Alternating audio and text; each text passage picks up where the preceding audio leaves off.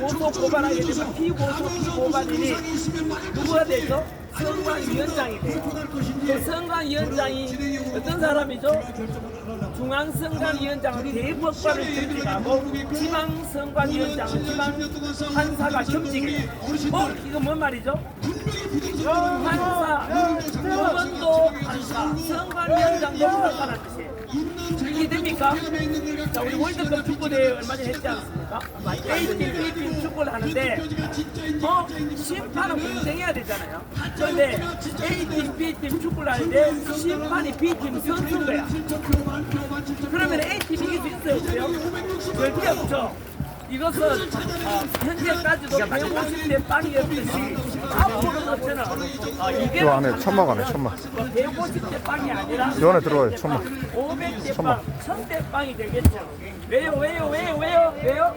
바로 금방 말씀드린 대로 선심판이 B팀의 선수로 뛰고 있어요. 이게 판사 카르텔입니다. 그래도 대한민국에서는요, 현재 부정선거에 있는 의혹을 아무리 제기해도 회수하는 이유, 150대 빵. 이유를 아시겠습니까? 이 제도가 개선되지 않는 한은 대한민국은 결국은 정의 또는 참정권 정상화되기 힘듭니다. 그래서 판사 카르텔이 뭐냐? 이거는 좌우파 우파의 문제가 아니에요. 선관위원장이 뭐라고요? 판사. 사법부도 판사. 헌법재판관도 판사. 이해됩니까? 결국에는 다 한통속 판사 카르텔로서 이것에 맞선 힘없는 사람들은 아무리 소송을 제기해도 그걸 다 패소할 수밖에 없으니까 상상 한번 해보실래요? 지금까지만 해도 150대 빵이라고 했죠? 그러면은 거기에 소송 제기했던 사람이 얼마나 억울한 사람이 많았을까? 상상이 돼요? 저는 이런 대한민국의 부조리와 이런 잘못된 제도들을 모두 다 개선하지 않고는 이거는 앞으로 대한민국의 선진민주주의가 될 수가 없다고 생각해요. 그래서 누가 봐도 황당하고도 너무나 어처구니 없는 이런 부조리들, 저는요 분노침이 치밀어 오릅니다. 왜냐하면 이것은요 소송을 제기했는 우리 그 이대영 후보나 그다음에 제주도 국회의원 보궐선거에 나갔던 고기철 후보나 인천 계양을에 출마했던 우리 김현태 후보만의 문제가 아니에요. 이거 누구의 문제인지 아세요? 국민의 문제예요. 국민. 왜냐하면 국민들은 김현태 후보를 찍었고 이대영 후보를 찍었고 고기철 후보를 찍었는데 내 의지와 무관하게 사전투표에서는 가짜투표용지가 수두룩하게 나왔다는 거잖아요. 아니 그러면은 가짜인지 아닌지 모르잖아. 그러면 뭐 해야 돼요? 가짜인지 아닌지를 우리는 확인할 필요가 있는 거 아니에요? 예. 확인하기 위해서 법원에다가 그 투표용지들을 사전투표용지든 당일투표용지든 그대로 보존해 줘야 될 거 아니에요? 맞아요. 맞죠. 그런데 증거를 인멸할 수 있도록 증거보진제를 안 받아주니까 이상하잖아요. 이상하죠. 증거 인멸을 유도하거나 인멸할 수 있도록 그 만드는 거 아닙니까? 맞습니다. 아니 초등학생 여러분, 중학생 여러분, 고등학생 여러분 이게 상식적으로 납득이 돼요? 안 되죠. 이런 초등학생이 봐도 상식적으로 납득이 어려운 이런 일이 대한민국에 지금 일어나고 있고 현재 그것도 과거의 문제가 아니라 지금 일어나고 있는 2026년 바로 오늘의 문제이자 앞으로 일어날 문제예요.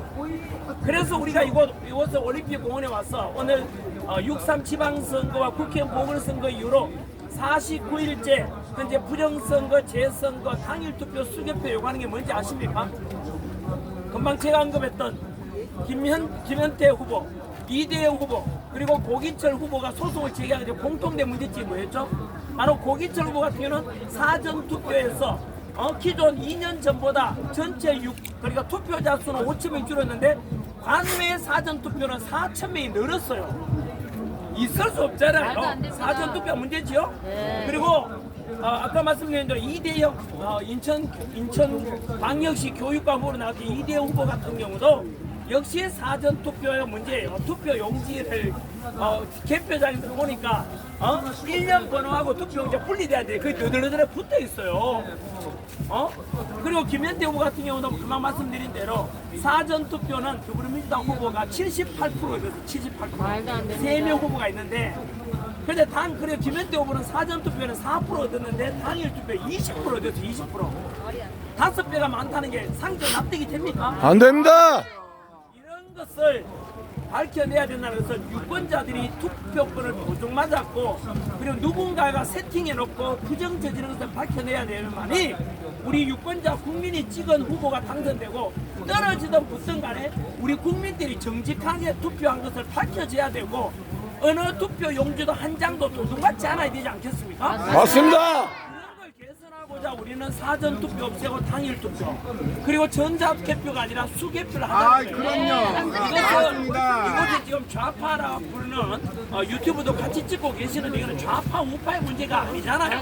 아, 그래서 예를 들어서 야 이재명이 가짜라고 하면 이재명 지지했던 분들 기분 좋아요 나빠요? 기분 나쁘죠. 더럽죠.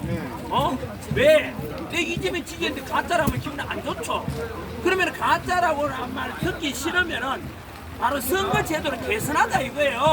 아, 예. 그러면 기분 안 더러운 거 아니에요. 이재명이 당선되든 누가 되든 간에 아예. 이걸 당선되는 게 당연하고 고맙습니다. 5,200만 국민들이 바라고 4,400만 유권자들이 바라는 거 아닙니까? 맞습니다. 그런데 왜 우리의 주장을 음모론이랍니까? 이런 게 이 주장이 잘못된 게 단 하나라도 있습니까? 없습니다. 단 하나라도 있습니까? 없죠. 아니 부정선거 의혹이 자꾸 생겨서 국론 분열이 되는 사전 투표 없애고 당일 투표로 바꾸자. 전산 조작, 전산 조작이 가능하고 해킹 가능한 그런 위험성 있는 걸 없애고 수개표로 바꾸자는 게 잘못됐습니까? 반박 한번 해보세요. 잘못된 거 없습니다. 그런데 충격적인 게 뭔지 아세요? 반발 아무도 할 사람이 없어요. 반발 못해요. 반발 안 하면서 그냥 부정선거 음모론자래. 이거는 과학적이고 합리적으로 생각해 보더라도 누가 됐었던 게 있습니까? 제가 이런 말 했죠. 부정선거에 대해서 맞서서 척결하자는 사람이 있고 부정선거 입증마저 극복하자는 사람이 있다면 결국에는 무조건 이깁니다. 누가요? 누가 이길까요? 부정선거 척결하자는 사람이 무조건 이기게 돼 있죠. 왜요? 부정선거 척결하자는 사람은 거짓으로 극복하자는 사람이라 진실을 밝히자는 것이고 그리고 불의가 아니라 정의를 외치고 있는 거 아닙니까? 거짓은 진실은 이길 수 없죠. 그런데 결국은 이길 거니까 이곳에 모여서 응원하시는 분들 이 구호 외치는 분들 지금 당장에는 우리가 불리한 것 같고 예상되지 않는 것처럼 보이겠지만 결국에는 이깁니다. 결국에는 우리가 승리할 수밖에 없습니다. 끝까지 힘내시고 끝까지 투쟁하십시오. 우리 투쟁의 진정한 승리로 그리고 진정한 정의 실현으로 그래서 우리 2030 세대들과 미래 세대들에게 떳떳하고 당당하고 그런 공정하고 투명한 선거권이 보장되는 자유민주주의를 물려줄 수 있게 될 것이고 그로 인해서 진정한 헌법 수호 세력이 누구냐? 선관입니까? 우리 국민입니까? 국민입니다. 이것도 부정선거 저지르고 있는 선관위와 그 배후의 한 통속이 바로 더불어민주당 그리고 이재명이 이걸 외면한다면 이재명까지 한 통속이 되는 것이죠. 좌파 유튜버도 지금 보고 계시고 시청자분들 반박해 보십시오. 더불어민주당과 선관위가 한 통속이라고요? 예. 첫 번째 건강없이제를 말하지 않습니다. 왜냐하면 건강없이 말하면 그 위 조작 정보 건전법을 드리기 때문입니다. 더불어민주당과 선관위가 한 통속이라는 것 첫 번째 재난기류가 2025년 1월 달에 선관위를 비판했는데 더불어민주당이 재난기류 고발했어요. 선관위를 비판했는데 더불어민주당이 재난기류 고발했어요. 두 번째 원래 입법 발의된 것 중에서 선관위의 부정선거 의혹을 제기하면 10년 이하의 징계에 처한다. 뭐라고요? 부정선거에 대해서 또는 우리 가족의 7인척 회사 그리고 878건의 비리를 있는 선관위를 비판만 해도 10년 이하 징계에 처하겠다. 그 법안을 발의했는 게 어느 당인지 아십니까? 더불어민주당. 더불어민주당. 그래서 이런 범죄와 비리를 덮어주려는 선관위를 비유하는 더불어민주당은 결국 같은 한 통속이자 범죄를 같이 저지르는 공범이다. 나머지는 결론을 도출할 수가 있는 것입니다. 그래서 이런 것을 개선하자고 하는 것입니다. 재난길은 원래 진보도 보수도 좌파도 우파도 아니었습니다. 저는 역사 강의를 27년을 하면서 정치색을 드러내지 않았습니다. 왜냐하면 좌로나 우로나 치우치지 않아야 되기 때문에 그랬습니다. 하지만 지금 제가 왜 갑자기 자나가는 한국당이 때리치우고 오늘 이 자리처럼 부정선거, 재선거, 당일투표 수개표를 외치고 부정선거 싸운지 아십니까? 왜 윤석열 대통령 비상기업은 내란이 아니라고 하는지 아십니까? 진실이기 때문에. 그래서 저는 역사 강의로서 우리 미래 세대들에게 왜곡된 역사, 거짓된 역사를 물려줄 수 없기 때문에 양심에 근거해서 지금까지 이렇게 목소리 내고 있는 것입니다. 다시 한번 말씀드리지만 비상계엄이 내란입니까? 아닙니다. 비상계엄이 내란이라고 하시는 분 근거 가지고 없습니다. 비상계엄은요 헌법 77조 보면 나오잖아요. 헌법 77조에 분명히 규정되어 있으니까 그럼 챙겨보시면 돼요. 특히 저는 나이 드신 분은 몰라 10대, 20대, 30대 청년들은 직접 검증해보시면 돼요.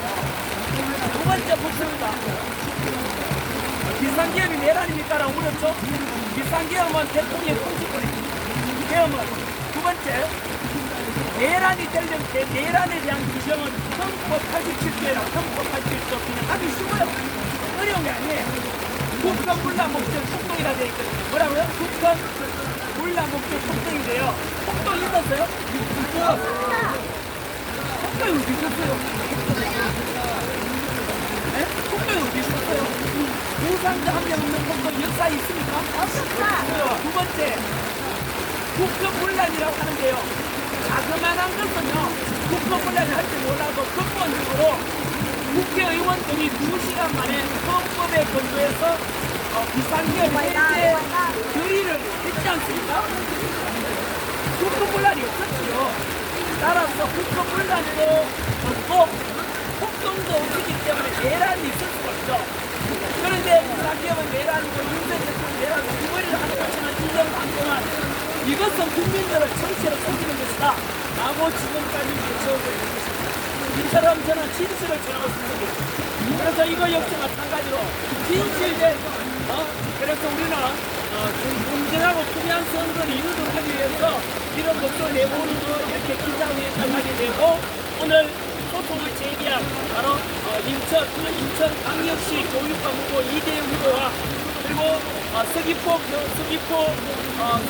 국회의원 보궐선거에 출마한 국민의 후보 오기철 후보와 인천 계양을 부소속 출마한 김현태 후보의 이러한 소송 제기에 대해서 응원하러 오늘 여기에 오게 된 것이고 기자회견을 강력히 저는 지지하고 국민적인 알리고자 이렇게 외치고 있습니다. 갑자기 비가 쏟아지는데요. 비가 쏟아지면 폭염이든 폭우든 간에 우리의 올림픽 공원에서 외치는 이것은 멈출 수 있습니까? 없습니다. 절대 멈추지 않겠습니다. 오늘 49일째 밤낮 주야로 한 번도 멈추고 외치고 있는데요. 갑자기 비가 오니까 목소리가 크죠? 어쩔 수 없이 안 들릴까 싶어서 그런데요. 저는 이 투쟁의 끝은 결국은 진실과 아까 말 정의가 승리할 거라고 확신하고 있습니다. 저는 목숨 걸고 끝까지 싸울 것이고요. 두 번째, 마지막으로 특검도 실시하게 된다는데요. 저는 여야 합의 특검은 별로 당기지는 않습니다만 그거는 근거를 할 것이고요. 또 미국의 조치 역시 있을 수도 있다. 있다고 말하지 않습니다. 미국의 조치도 있을 수가 있다. 이셀스길이 7월 28일에 한국에 들어옵니다.